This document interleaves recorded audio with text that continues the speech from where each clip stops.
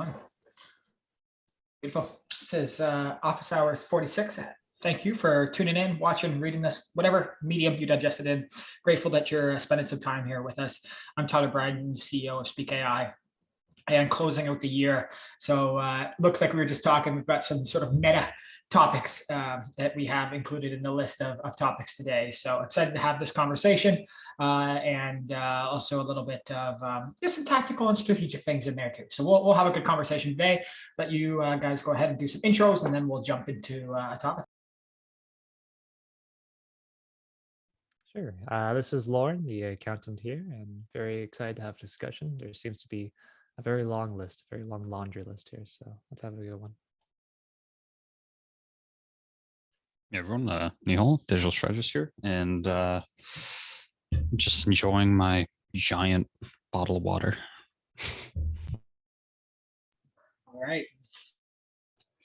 Hello everyone, this is 𝗲𝗏𝗀𝗏 back on the board again. I'm in India and it's around like 10 o'clock. Actually, technically it's 10:30. And in the evening, I just had a nice walk and see a couple of friends near to the water after a very long time. When I was in Toronto, it was, near to the harbor front.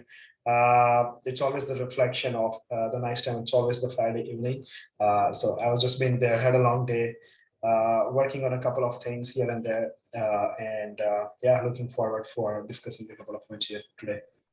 And then maybe you want to jump into your topic. I actually just saw infographic on this. So jump into your topic and then I'll just back it up with some, it sounds like some pretty data-driven stats on it. Interesting. Okay. So, I just put a point about when I was walking and reflecting a couple of things. I was listening to one of the podcasts and one thing triggered to me is like, okay, during the Christmas time, how as a business, how do you tackle do you want to grab an opportunity to promote your platform? And, because people are also shopping at the same time and having some fund available at the end of the year, because I definitely know, a lot of people have the budget allocated in different categories, let's say the expenses, the entertainment, learning, and as a SaaS platform, of course, we are focused on the B2B, but that at the same time, when you look at our subscription, it also does support to the B2C. It's like, if you want to subscribe for the yearly plan and something like that, or even $99 plan for monthly. So in terms of the marketing, what should be, our focus? Is that slow down and, plan for the next year, or maybe beginning of the quarter, start planning for the December. It's like, okay, Christmas is coming. Should we promote the platform? Should we give the promotion of 6 months or something like that? A lot of companies does. So in that direction, I was just thinking what should be the ideal strategy? There's no ideal or not ideal, but it's like, what should be our strategy looks like? And I don't have the answer. It looks like, yeah, you got some statistics there. So we'd love to hear that.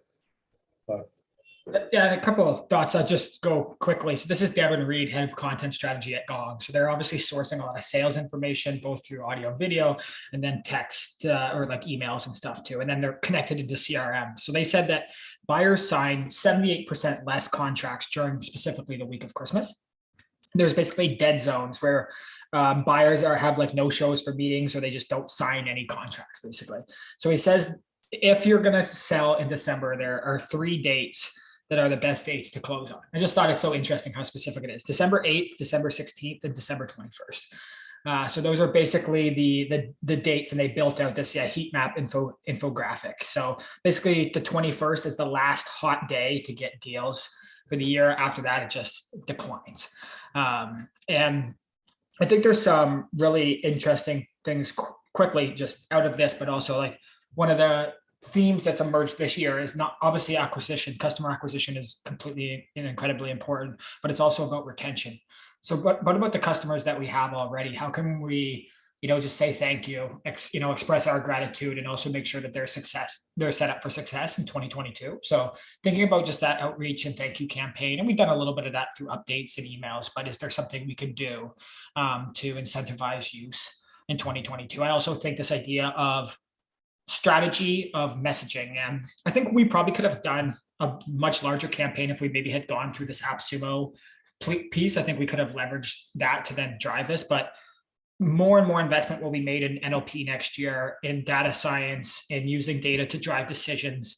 How can we leverage that messaging to drive adoption for the end of the year and then moving into 2022? And then just a couple last points from conversations I've seen, especially because we're working with some market research and intelligent firms. A lot of their projects are wrapped up. They're done. Like Christmas, no new projects are coming in. And even I've gotten some messages about like basically they're not starting or taking any more projects until the start of January. So I expect to see inflow of adoption and use in 2022. I think it's a good time to build good relationships, but in some cases it's not easy or necessary. It could probably even be bad for the relationship to try to push on something in a time where they're not really active. Like, why were those days selected to begin with, though? Is there like some sort of rationality between, was like the 6th, the 18th, and the 21st? Or is that just based on like a sample size? Just looking at some comments, because people are asking the same thing on this infographic, and also saying how different this could be between different regions across the world, different cultures, things like that. I mean, more from an intuitive thing, I just think of, even for myself, like I'm gonna take off on the 22nd. Like that's my last day. Generally, even to be honest, someone's not gonna push me into a sale on the 21st. Like that, it makes sense. Like if they're gonna be high pressure on me on a sales situation, I'm like, you know what? I got Christmas coming up. I'm gonna take the week off. The only thing that I'll see is like what you will see, the tactic, which sometimes works, but sometimes I think can be bad, which is, this deal only lasts until Christmas, or et cetera. These sort of pushes to try to make something happen in that piece. I want to share, this is not a slight at any of this company at all, but I just thought this was a hilarious message I got from a company that's trying to close me on a sale that's been falling for quite a while. They said, we're doing a December contest internally, where my boss randomly selects 3 accounts in our pipeline, and the rep who sells the most from those selected wins. You are one of those 3, which means I can throw the kitchen sink at you to bring you on board. Any chance you have a couple minutes tomorrow to line up a great deal and make the most impactful purchase for 2022? Let me know what works for you, and I'll make it work on my end. So like that disclosure from that sales rep of that, and like that messaging, and I'm doubting that there's only 3 accounts. I'm doubting that I'm guessing that's going to every single contact in their pipeline, but just a hilarious, and that's a high-powered sales company. I won't name them, but if they ever watch this episode, they're not going to know exactly who they are. The way of messaging. That's a little bit of humor. Makes sense. That's good. I like it. It's very makes you feel special, even though the logical part of your brain's like, yeah, I know this is a sales pitch. And they're in a good spot. They have a great product. Like it's, they have that luxury. Like it's not some crappy offer that they have. It's an important technology, and what it makes sense for is lining this up for 2022 to make it impactful. So I like that idea. Everyone's going through resolution time. Some of the topics we put are very reflective or philosophical, or how do we prepare for 2022? And if you can capitalize on that, there's a lot of opportunity. I think you just want to do it in the right way. It also does connect. One of the point with the 𝗍, you put it down, is like, because we are already on this topic, like, how we can structure the podcast. Is that something related to this, which is like, looking in the future. Yeah, do you want to highlight a couple of things there?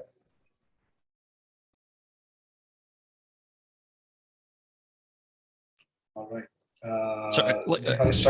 Always like it's like I know the shortcut, I know the keys, but I'll never press it right. Yeah, with respect to this, I guess I've been listening to, a lot of times, just because of work and everything, when I do listen to podcasts off work time, I guess it's like, just random things that, don't require too much brain power. But recently I've been, I've actually started listening to the All In Pod. There you go.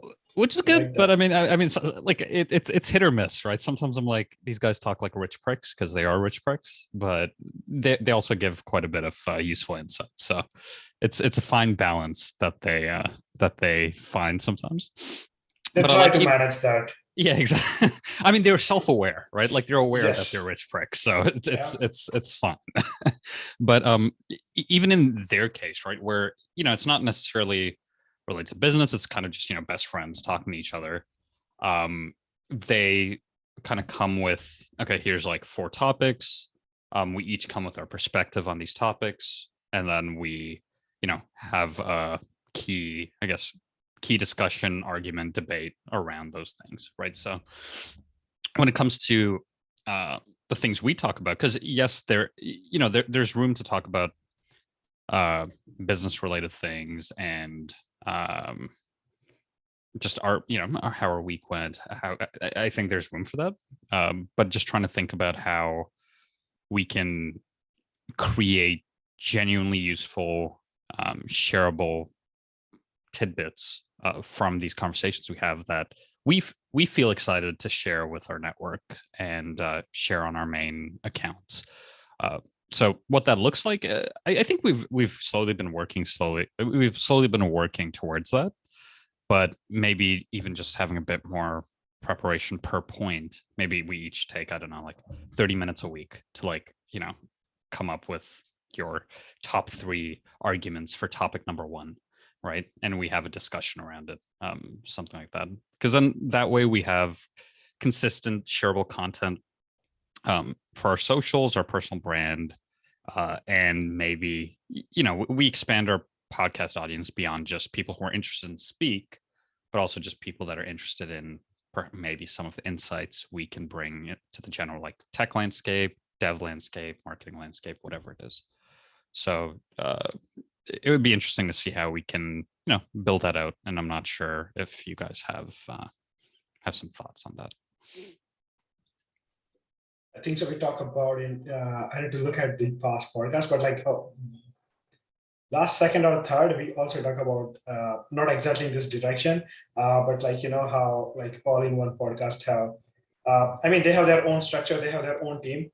They have the people behind the scene working around their script, the screen setting, the screenshots, the story. So definitely they are putting quite a bit of investment there. It is actually more about either we learn or either like our listener learn at the same time. So it's like, let's say even if you spend 30 minutes, how we can make it more meaningful, like with respect to 2 hours for listener or even for ourselves. So yeah, I actually lost the thought. I was going somewhere. Like, I would say generally the people who tune in are actually, they really like the conversations, and they find, we've actually come in with pretty interesting topics and structure.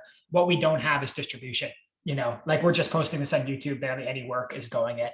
At the start, we would put this on Spotify and podcast, like different podcast platforms, which again, it's going to have very limited sort of discoverability, but is at least another method or medium to get that out there. Generally 𝗲𝗲 did it too, but he, the one day 𝗲𝗲, you clipped all those little pieces and then you dripped out those snippets for say a week or 2. It's like that to me is more what needs to be done, because unless we get feedback or people start asking us things, then we're just iterating in a vacuum. So I know that there are tools that allow us to do that. I sort of refuse to do it until Speak allows us to do it, to be honest. We automatically put these videos into our system. We're almost there in terms of cutting and clipping. We have the subtitling, like we have everything we can do to build this into our entire workflow ourselves almost. And I think in that we become much more powerful in terms of not just the podcast, what we're doing, but also showing the workflow of Speak that is possible here. And it also gives us the ability to sort of search and find, again, but then you change the objective. Sorry to interrupt, but the objective is different, isn't it? The objective is you went into the direction of what we have and what we could have and what are the benefits with the Speak. I'm just saying. I guess so I that's just, something to- I don't, I mean, I could go into another platform and spend 30 minutes chopping it up into little clips that we could drip out.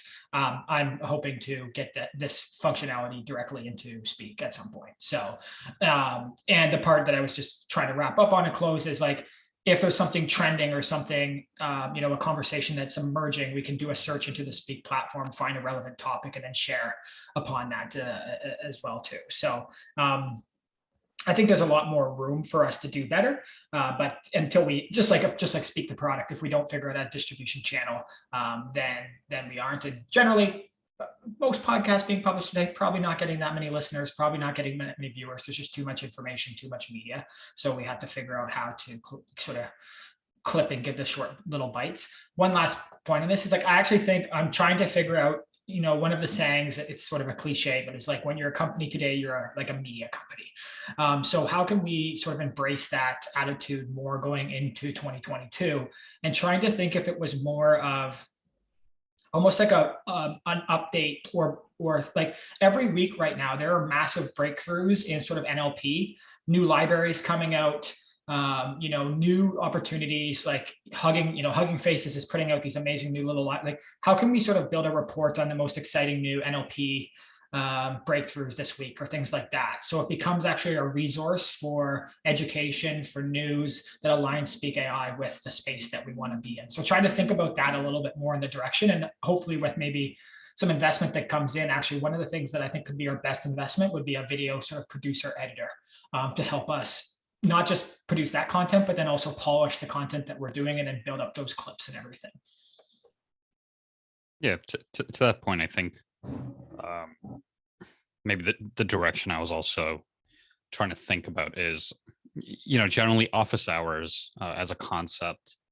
I believe it came around this whole idea of, okay, you host these office hours, you have like, you know, people that want to ask questions, you answer these questions, give feedback, all that stuff, versus if you shifted more towards a corporate or educational podcast, right? It's usually centered around a theme or a topic that, or topics that you try to address, right? So to your point of like VoiceBot, right? Like VoiceBot.ai, like they do, like their like their VoiceBot Weekly, where it is, I mean, granted they're a publishing house, like that's their business, but how do we maybe just for us to learn, but also for us to share with our existing users who might not be, you know, as plugged in, let's say, into these useful ideas. How do we bring that to them in a way that keeps them entertained beyond just, here's our platform that you're using for work, right? Here's something that we're actually trying to help you get more familiar with, get educated on. And through that, I almost feel like we'll also see how our clients or how our, you know, our community members, I guess, fall more in love with the concept of integrating NLP and, you know, different analysis and topics into their existing workflow. So, you know, like if we were to create, I think I was looking at Otter, they have their podcast called like in Otter Words, right? Cute name.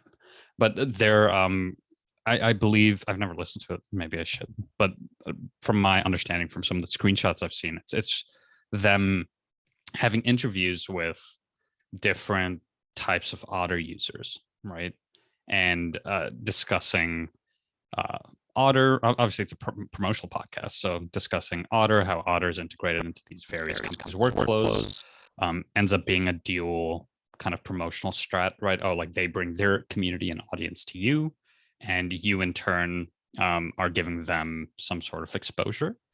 Video case study? Sorry? Sort of a video case study? It's like a pod, I guess, yeah, like a video or audio case study, right? So I believe Shopify also, because Shopify, for example, has their own in-house production studio as well, right? Like Shopify Studios. And they do a similar thing called Shopify Masters, where they interview successful e-com business owners.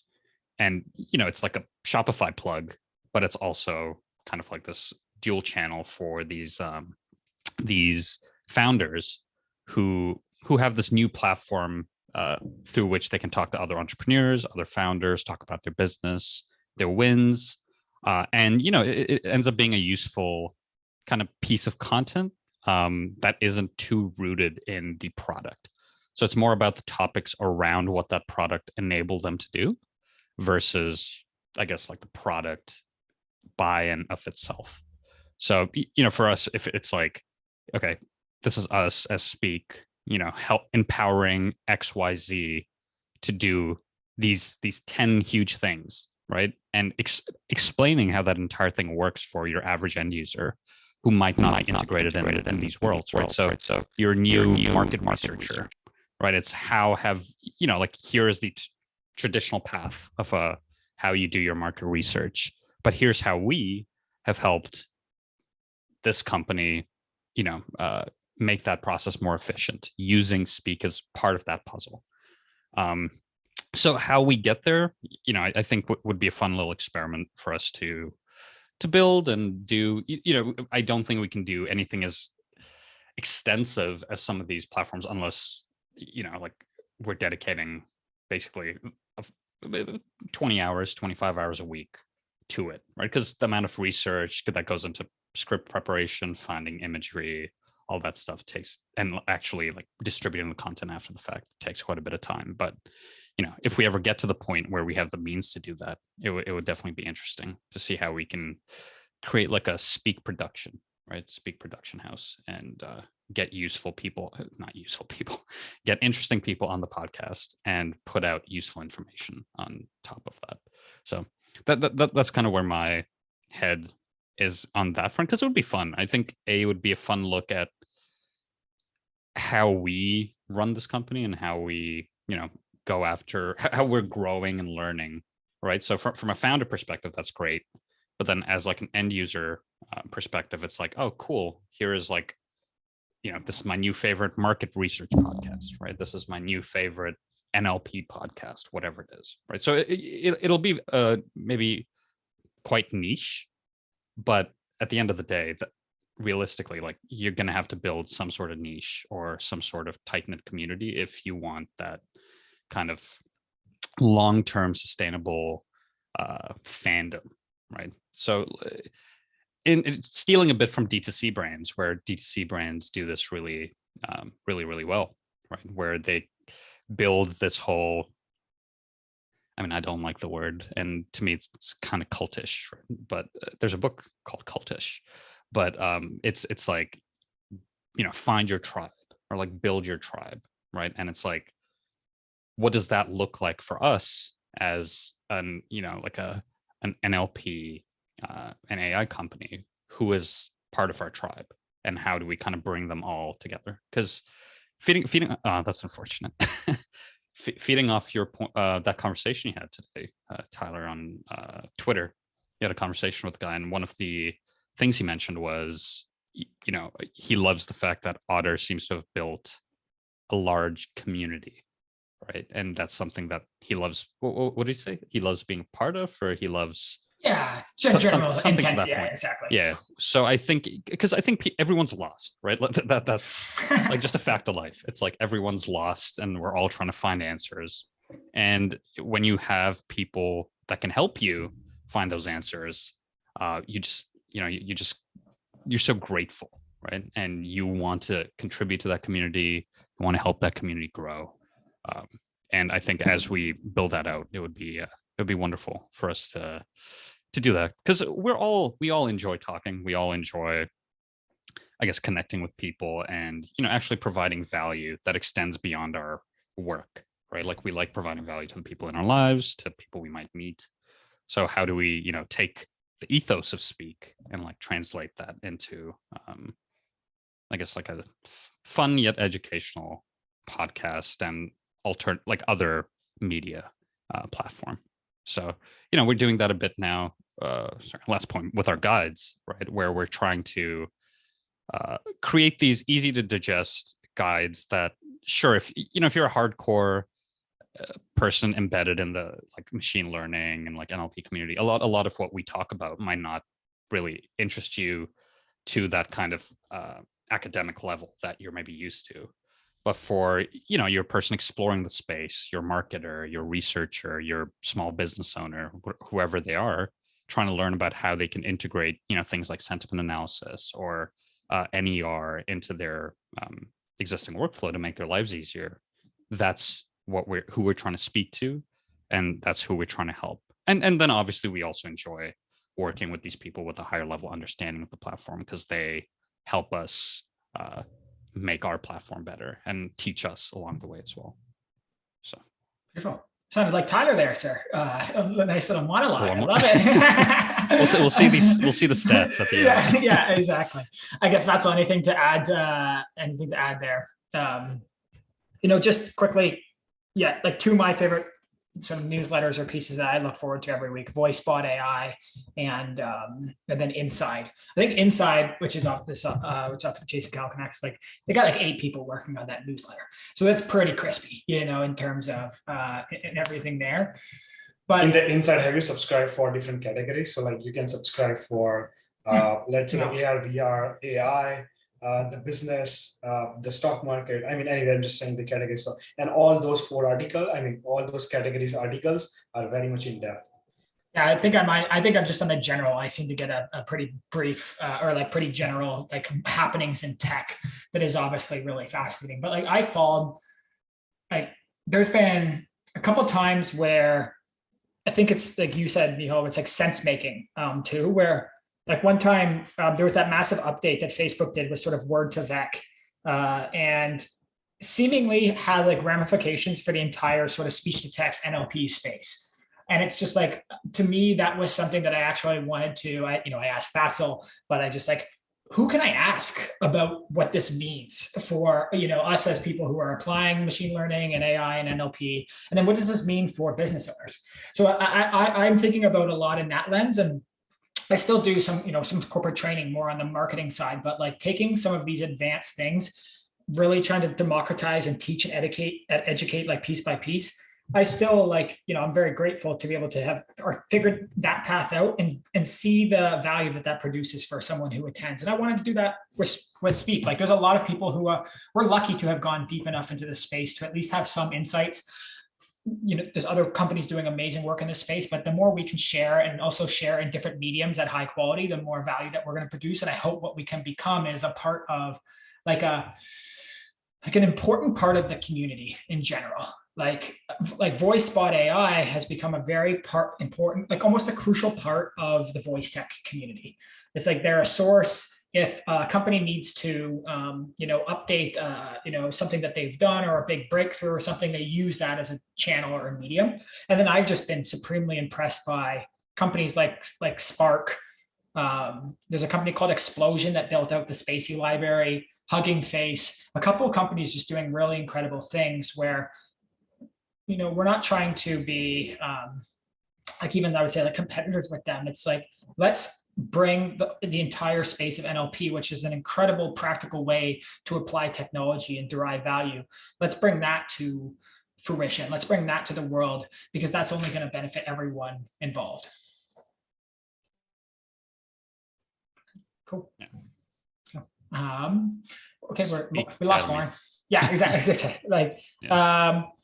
And again, one of the things I found, I'll just quickly touch on it. Like I have been reaching out to some people really who are building large libraries of transcripts. Some of them are Otter users, some of them are other systems, but they're having a challenge right now. And it's very clear, which is like, I'm manually scraping through all my transcripts to find the most meaningful moments. And then I'm asking, like, are there consistent things that you're looking for? Or are there, is it different every single time you look at a different conversation or transcript? And sometimes I'm getting like, it's completely different and it's almost net new. Other times it's like, I'm very thematically doing this, but it's completely manual task. And one person today I was talking to, like every single transcript they go through and manually, automatically, or sort of manually sort of theme and subgroup and subcategorize. And it's like, this is what, maybe we're not doing it perfectly, but Speak is doing automatically for you. I bet even in that workflow that you said, we could save you 50% of your time, minimum. And you could then use the leverage, for example, custom categories to speed that up even further based on what you're looking for. So those things are real problems that people are having and trying to overcome today that I would love to be able to lift off. And just one last note, that's why I see you're off mute. Talked to a really good investor the other day, and he said, like, there are companies that are serving the enterprise space, but are not serving the small to medium-sized business and like mid-market space very well. And it's like a completely different beast. And I think from the adoption that we've seen more like like smaller companies up to like small and medium-sized businesses who don't have the technical know-how or team, but we're creating a very value proposition for them because of that. So just a sort of nice reinforcement or validation of they valued our business because of the way that we're approaching it and the way that we've actually set up the business and software and everything there. I just wanted to add, you just said a very nice, I would say the catchy highlighting numbered line for the website, which is like save your 50% time instead of scrapping your transcription. I mean, you of course can modify, but that sounds like very much understandable and like, you know, easy to digest. What does that mean?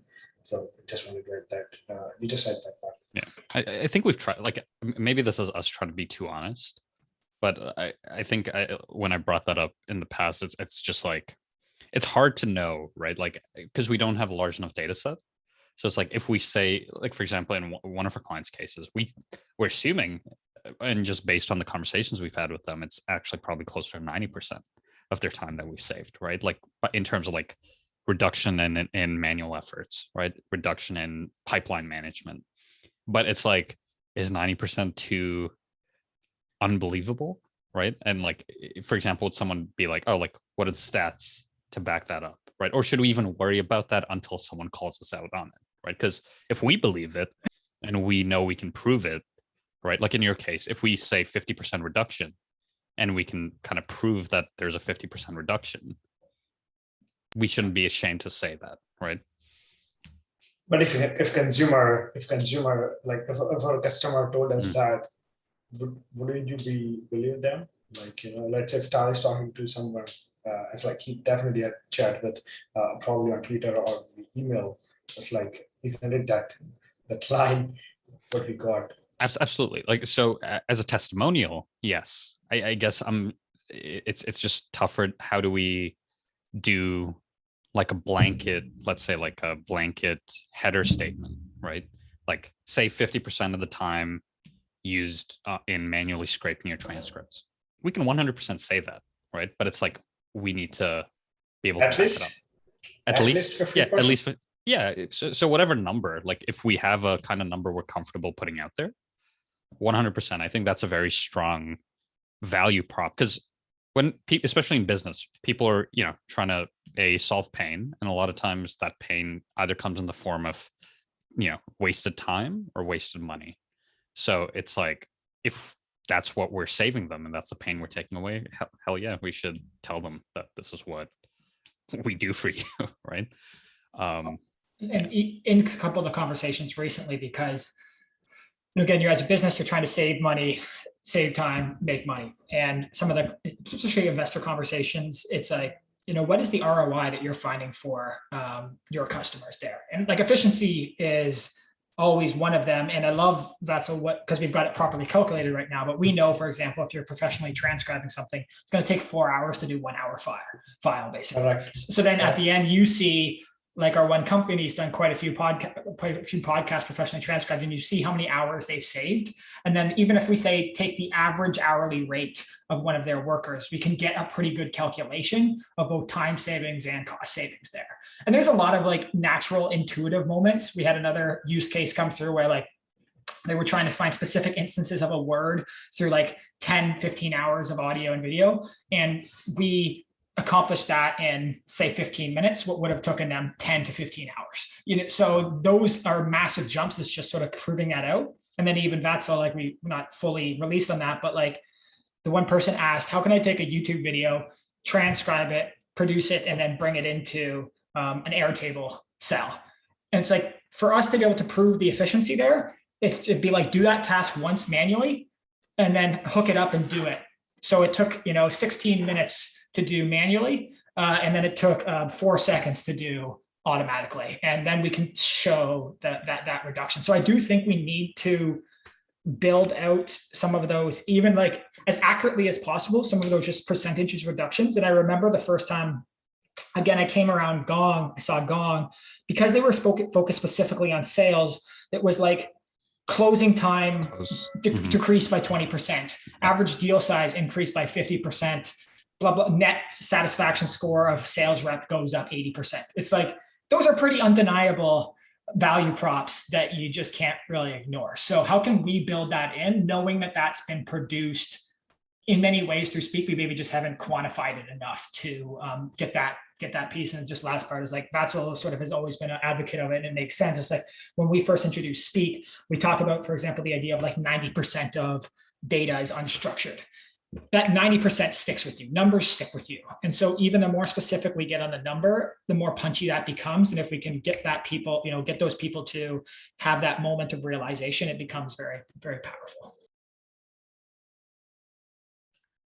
Agreed. Okay, cool. Okay, we're coming up. Okay.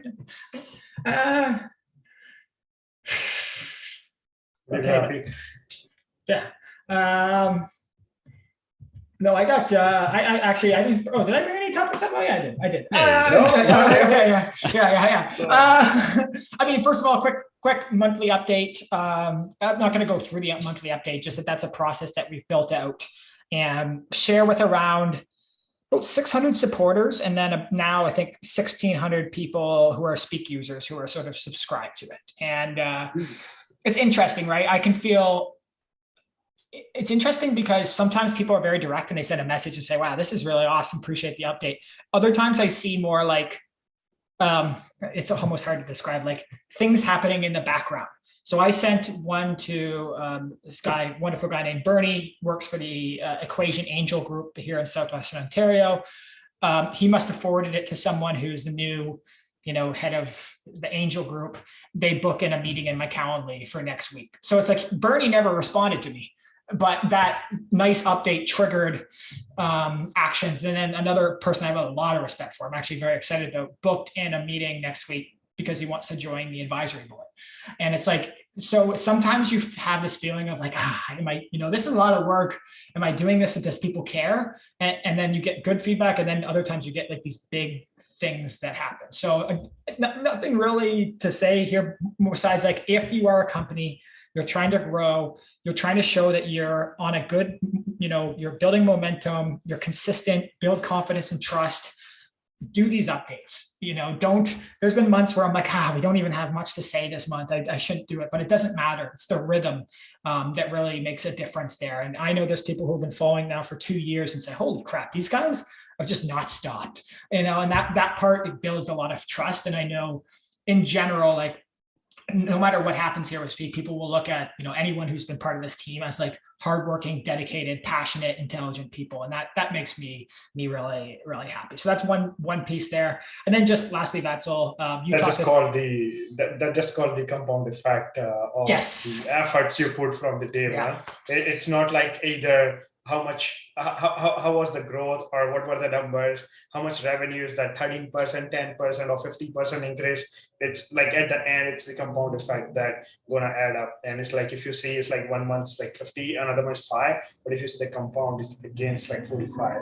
So just want to add that part. It's also like the graph, like that was the first time I shared a graph image. And I think that had a visual impact because you can see sort of the exponential curve of growth there. And so if you can visualize the data that's coming out of your company on a longer trend line, sometimes you feel like, our users only increased 12% this month. But when you look at the total, it's like, that's pretty significant, actually. So, and then that's maybe just quickly, like one of the things that you and I had a discussion on this week was how we've got a new person who joined our team, Nivedita, doing an awesome job. And obviously one of the things you try to do as a team, you bring someone new in, but just in general, you're trying to create a container for greatness. You're trying to create a container for inspiration, passion, and just execution from a standpoint. And we talked about how do we structure our weekly meetings, our daily meetings better, and how can we bring those habits into the new year so we can make 2022 even more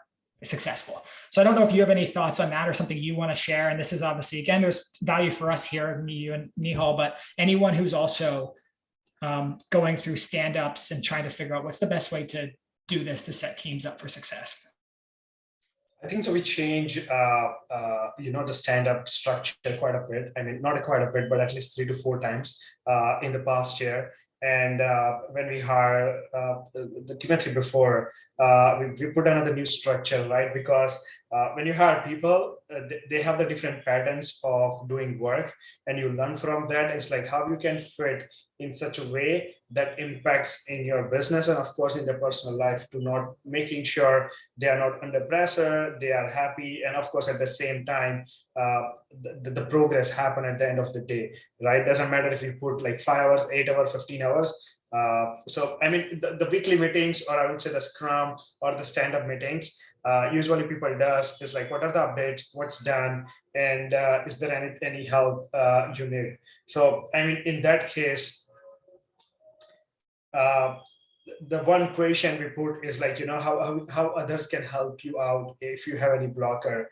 And we just talk about, I mean, this week, another question we added is like, what you were trying to accomplish yesterday, but didn't, get it. So what does that represent? It's like, okay, you set a goal as a person, and you said that's 5 things I want to do, or 3 things. But if you're consistently only accomplish 2, that means something as a person you need to look at. It's nothing to do with the business or what you're doing. It's I would put, to be honest, in the self-improvement.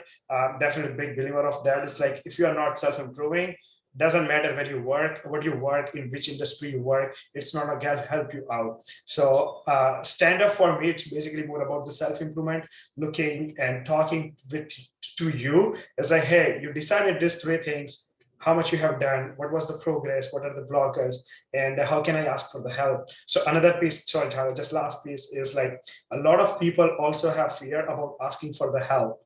And that's the moment where we can break those the moment where, like, they have a fear to ask others. So it's like, how can I help you, or how we can help you out in the process. So that's the insight. Tyler, if you want to add anything else on top of this. I laughed at you. Apologize when I'm a known ranter.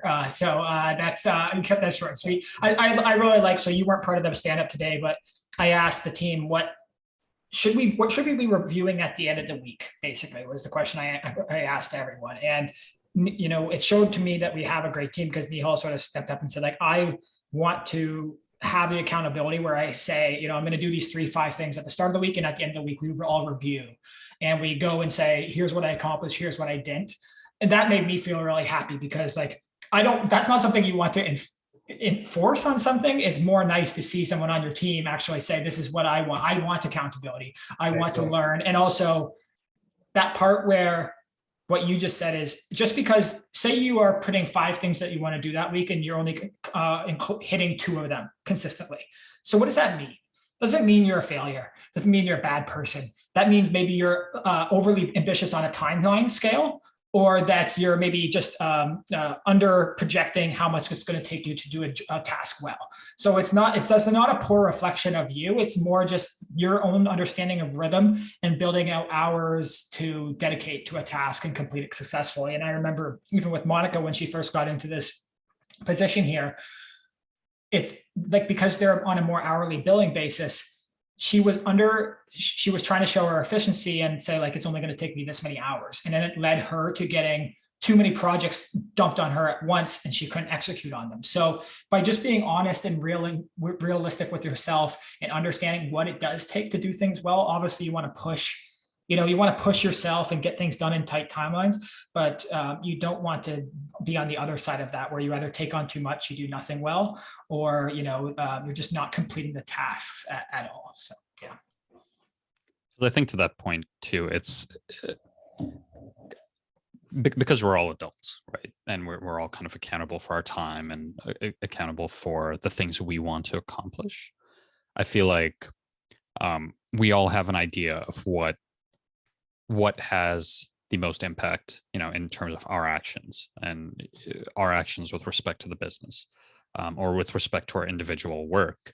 So I think that also feeds into, here is what I think I should do, right? Here is what I think will have good impact, and then working towards showcasing that impact, right? And not worrying about,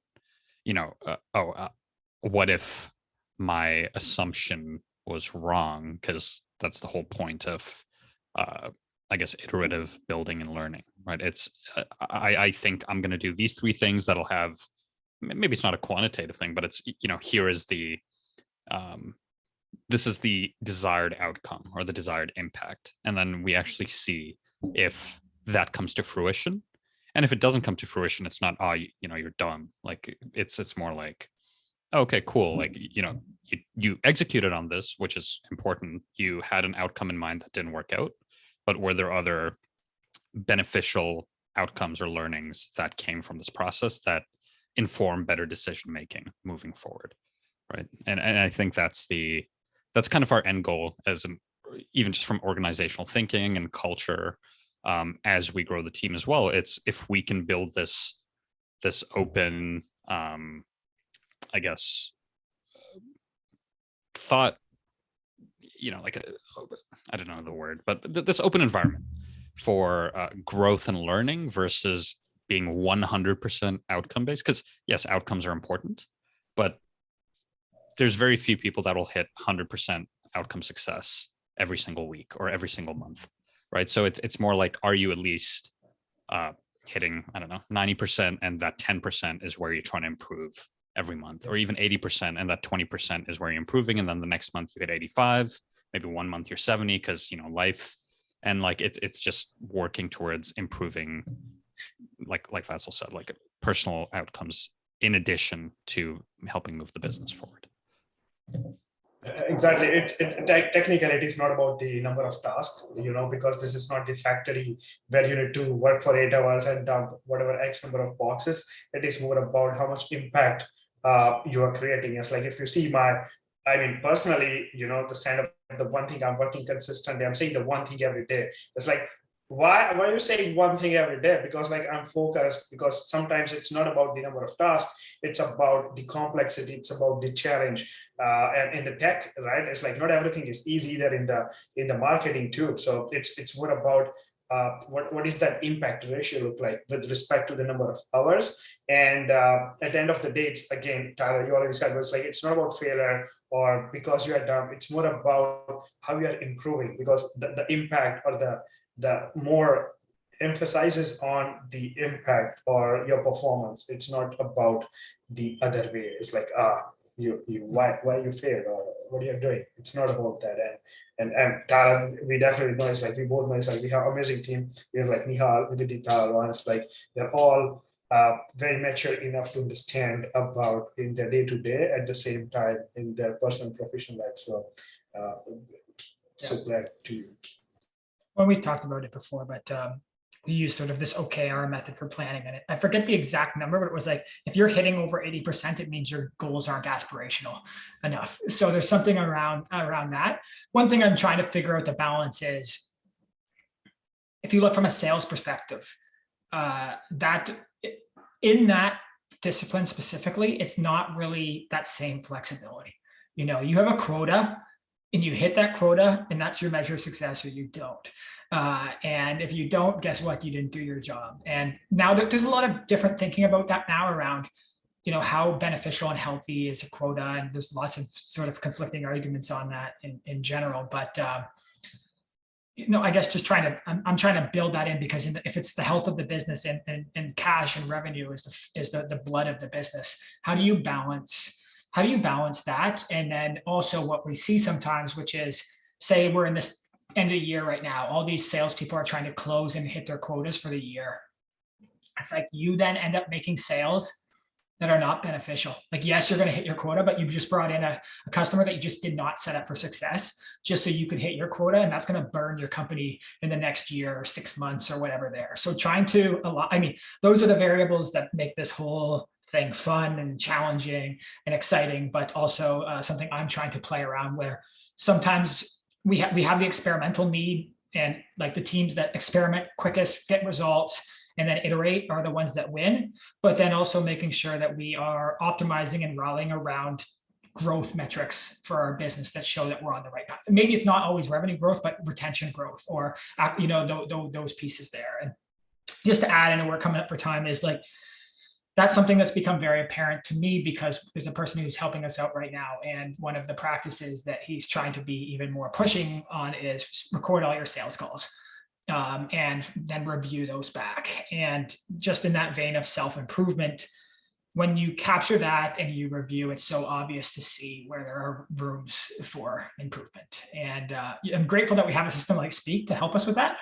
To be honest, it's very clear. I know from myself right now, I was saying in that call yesterday, Vatso was like, I say, a lot, and it's firing into all my conversation. Yeah. And it's hard, right? You're just doing that. And then what I've noticed is I think I've turned the entire team into eye closers when they talk. Like, I don't think I've never noticed that. I don't think I've noticed. I never noticed Vatso or Nihal, and recently in like podcasts and stuff, I've seen you guys closing your eyes when you're going into deeper thought. And then I watched the sales call back, and I'm like, my eyes were closed for goddamn 50% of this call. And it's obviously it's helping me communicate better. But as a person on the other end of that call, what does that feel like? And they don't seem to mind. All the calls seem to go well. But for me, it's like, I really want to correct this here, Tyler. Keep your eyes open and look at the people that you're talking to, because you're trying to connect, and maybe you can connect through your vocals in a better way because you're focused, but that's an important part of life skill. And I also don't want to be back in person when we're all back together in events, just standing there with my eyes closed, talking to people. I think it's different. I think in person, it's a lot harder to close your eyes and talk. Close your eyes. I think so too. I agree. It's because like over Zoom, it's almost like it gives you the sense of, it gives you the sense of just, I'm on a phone call, and it's very easy to zone out of the fact that there's like a person on the screen that's a real person, right? Which is why the metaverse is doomed to fail. No. Yeah. But feeding off of that as like a, if you were to think of a company as, let's say, obviously you mentioned something about money and revenue being this lifeblood, right? And I think that's the other thing. Sometimes there will always be roles within an organization that are a bit more flexible, a bit less flexible. Like you said, like experimentation and sales isn't really a thing, as an example, right? Like it is, and I think the kind of mindset it's moving away from just pure quantity to, okay, if you need an extra 10 minutes, right, per let's say per 1 hour of sales work to better organize your thoughts, actually vet your clients, and figure out where your higher chance of success is going to be, that is a worthwhile investment, instead of just, okay, here's my list of 200 people today, I'm going to do zero vetting. I'm going to just, this is a list that was provided by this third party, just going to do zero vetting, go after 200 sales calls. And now I've, feels bad to hit a 1% success rate, when maybe at the start of it, I could have reduced that initial list by 50 or by 60, right? And then I don't know. Obviously, there is merit to quantity as well, but I think just over time, like I think you start with quantity, and over time you refine and get better at market qualifying your leads and sales qualifying your leads as well. I think it just maybe quickly too is it's like about this feedback loop. Like one of the things I asked about the sort of weekly end review, it's like, how many users signed up? How many actually converted to a paid customer subscription, et cetera? How much revenue did we generate through software?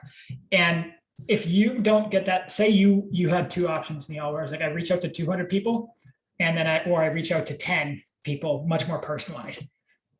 If you don't get the feedback at the end of the week of what worked or what doesn't, then you don't even have, like, it's more of an assumption, right? It's like, oh shit, I did 10 personalized emails. Those actually didn't work. I did 200, 2% came through, but it actually led to higher subscriptions and higher revenue.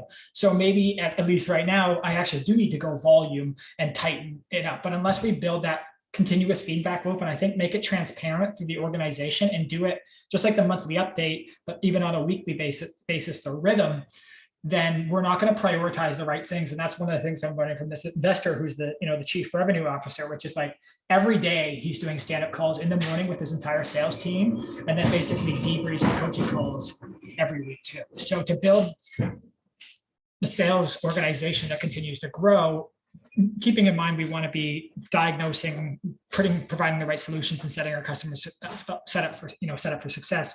We might need to think about a better way to make those metrics more transparent and public for everyone to see. And even that, so we had a couple times, we didn't always keep it consistently, but we would write the number of media on the whiteboard of how much media was uploaded. And those things were, they're almost subconsciously looming on you in a positive way and helping you self-correct in the week. And then it's like, hey, am I contributing to this task right now or not? And then that helps you sort of guide when you get lost in those moments between tasks and you're not exactly sure what to do or prioritize. I mean, I know we're running out of time, but there was one last question I had for 𝗏𝗏. But maybe, did you have a follow-up to this thought? Because then do that first. Just the last thing is like, what 𝗏𝗏 just mentioned about the number of minutes we used to write when we were working at innovation work, but that also brings the power and the energy of in-person, it's like the team. So that changed a lot of things, like your thought process, the way you are thinking, the way even you are executing. Let's say we are talking about the number of users and something on a call, but when you're, let's say, in person, you might talk about another 5 metrics. It's like, okay, what is now more important, right? On a call, you might be just concluding that we just want to focus on this 4 metrics or 3 metrics.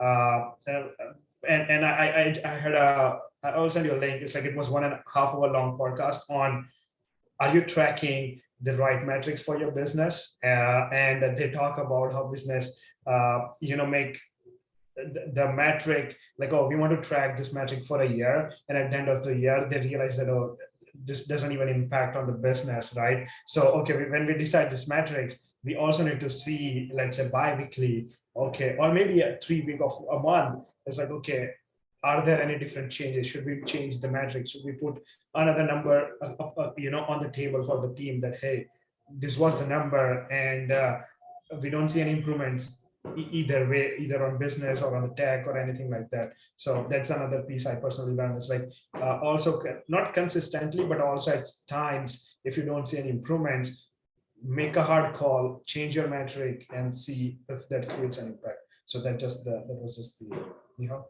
We should do like a counter, like a dashboard with all our metrics to see, just in like trading floors, right? You have the ticker that goes by. Yeah.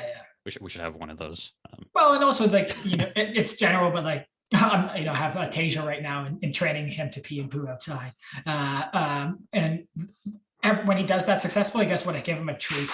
You know what I mean? And now he's consistently peeing and pooing outside, so sorry, but it's like, reward people. That's why it even, again, Gong rallied around that. But the idea of when you make a sale, you hit the gong and everybody in the office celebrates. And there's that positive reinforcement to what's done. And so also just trying to think of that and do it in, again, the right way.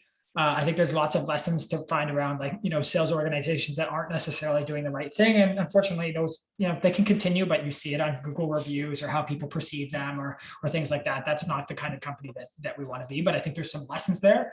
And then I just think of sometimes, like, I don't maybe do a good enough job at it, but it's like, because I never liked it in high school when people played football and stuff, but just like that rah mentality, like firing people up in the morning, of like, when you have real high sales teams, like they do like basically warm up and like pump up routines in the morning to get people excited to go out and achieve their goals every day. So building that in as part of the culture, as much as I have some pushback against it, is important for us. And we should be excited. I know when I'm talking to the right people, because I'm excited to talk about Speak, and they're excited too, because this is actually very interesting and powerful and compelling stuff. And if we just align and point the right people in the right direction, there is no need for us to feel like we're selling coal or crappy things. This is all really valuable, important stuff.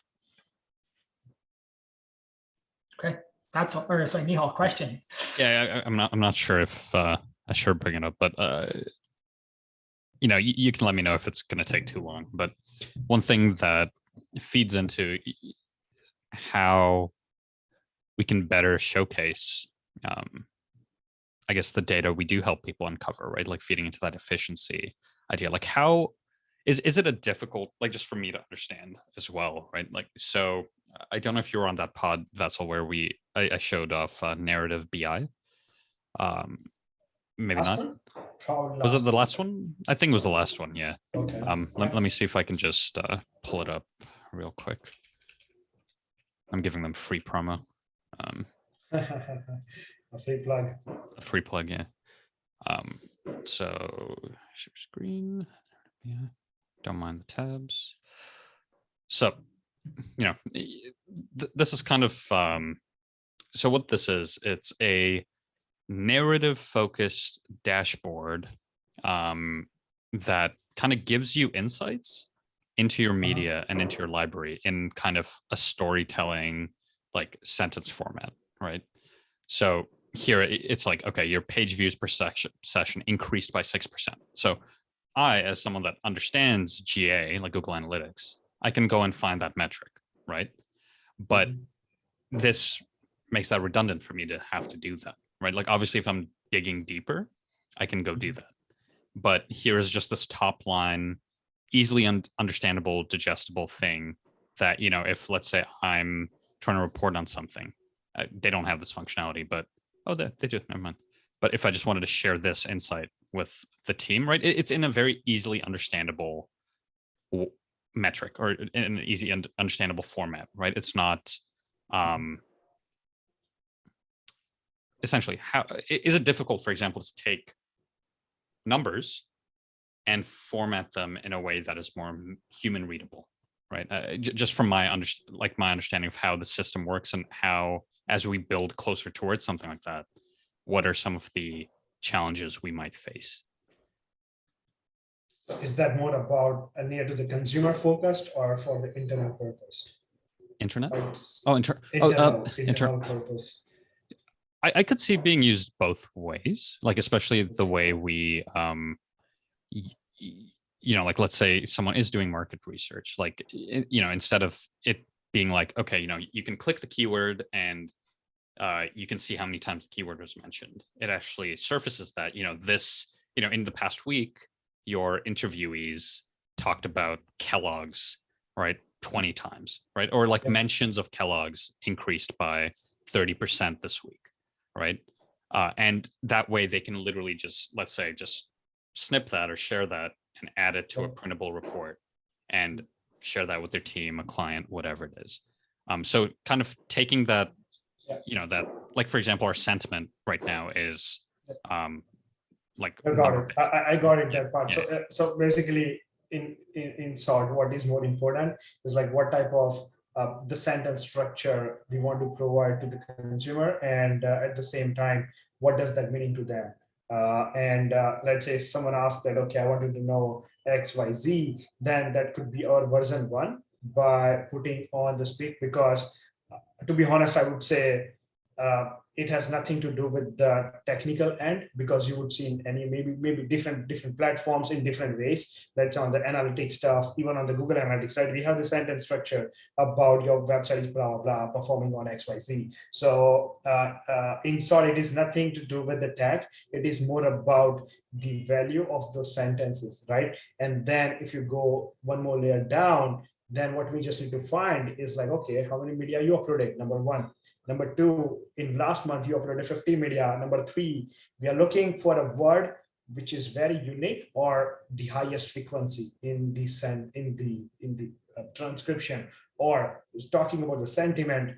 What were the top positive, negative, which we already going to surface on the dashboard and also on the media library which we're talking. So it does cover with the sentiment analysis. But when it goes beyond that for the keywords or the location or maybe the custom category, and just to connect last dot is we don't have anything right now in the pipeline related to this, but you also can set up the trigger that if whatever you enter the word, which is important to you, not for the speak, if X appeared more than 30 times, hey, send me the notification or pop up in the dashboard, right? So then what we are giving an ability, instead of us deciding what is more valuable for the customer, Nihal, you decide what is more valuable for you, because you have the different sort of podcast or maybe, you know, the research firm or the research you are doing. So you decide, it's like, okay, if X custom categories appeared more than 15 times, show me here of X word appeared. So, there is conditions where you can put either number, dates, words, phrases, anything basically. And yeah. So you kind of envision it as being, we have this entire backend and we empower the user to essentially program in a way like simple logic to extract insights. Yeah, why not? I mean, everyone is like, everyone is on the phone, everyone's mostly on the laptop now. Of course, you don't understand the whole technical layer, but what you can understand is I want to find X, right? You know, when you upload a video, audio, or text, why are you doing that? And for those reasons, if you allow those trigger to the customer, that's going to change the whole game. It's like you create your dashboard. What do you want to look at?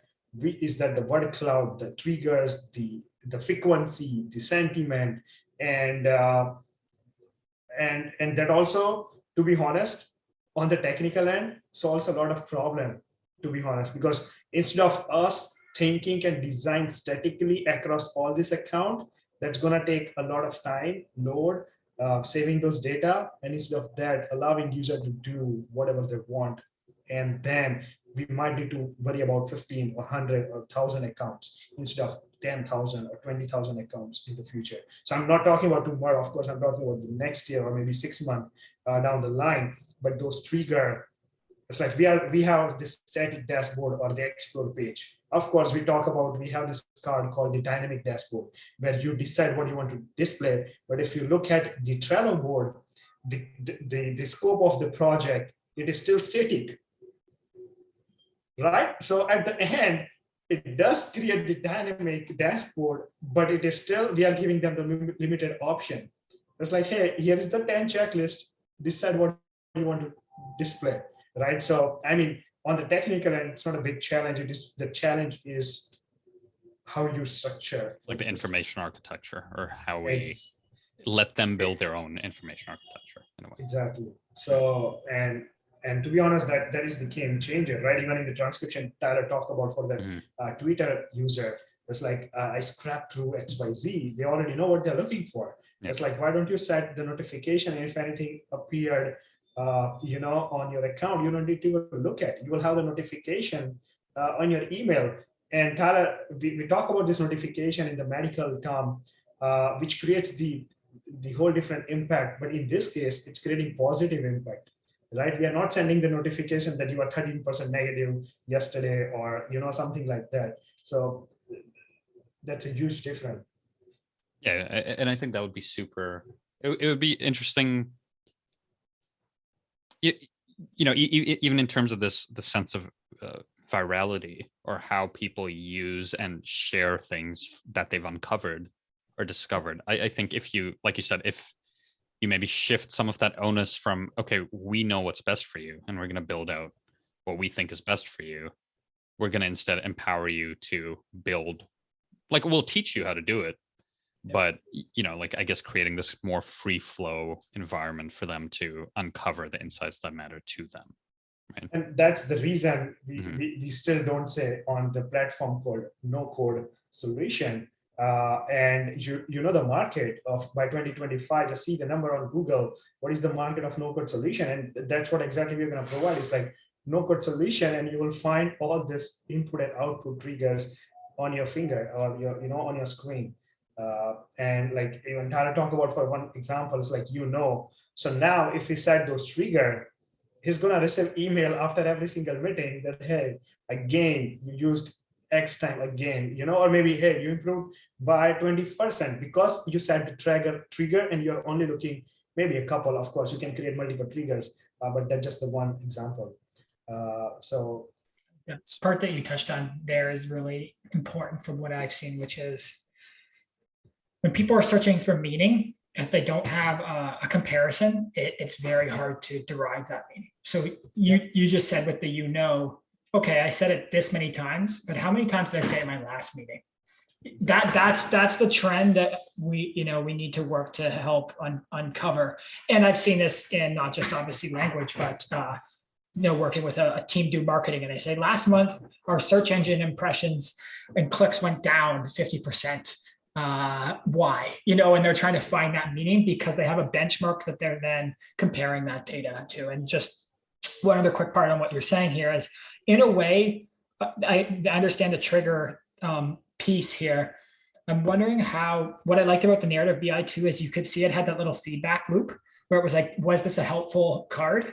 So there's sort of that iteration that is built there. And then the other part is I'm trying to figure out is what from again, Tara, that was the system created triggers, not by Neha, or maybe I don't know whose account was that. But if you add in a keyword into either a default category, if you're creating a custom category, we in a way already know what you're searching for.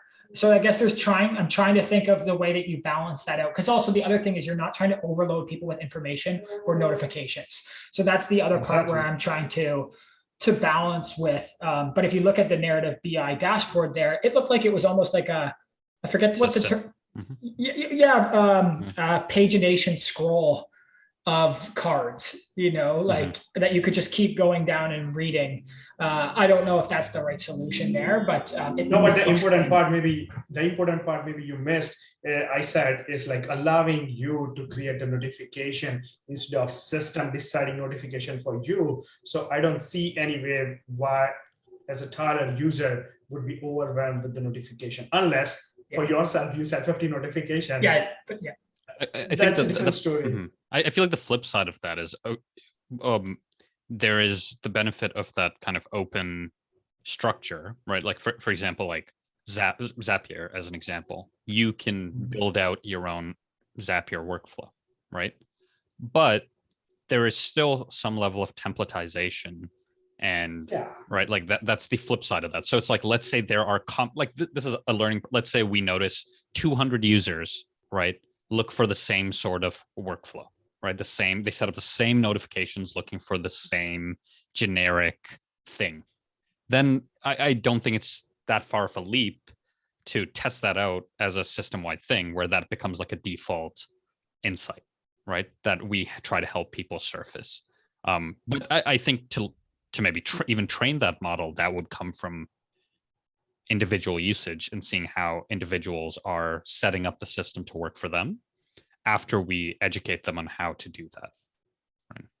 Just the system becomes more, I know we're at time here, which is like, but if like now with the Zoom Zapier integration, all that media is then flowing into the system automatically. So that's where sort of the notification insight part becomes very powerful, because you're starting to get awareness of something that you weren't really doing, and it's all happening automatically. And that's, to me, is where Speak has this opportunity for the breakthroughs. And that's just something I hope, I know we've always moved towards, is getting there. For myself, I know I'm going to inundate myself with notifications in this system, or at least what I look at, to me, being one of the most valuable things, just like we're doing the weekly review we're trying to build in the weekly review at Speak of here's the top line metrics. For me, it's like I'm writing notes before every meeting and while in meetings in Speak.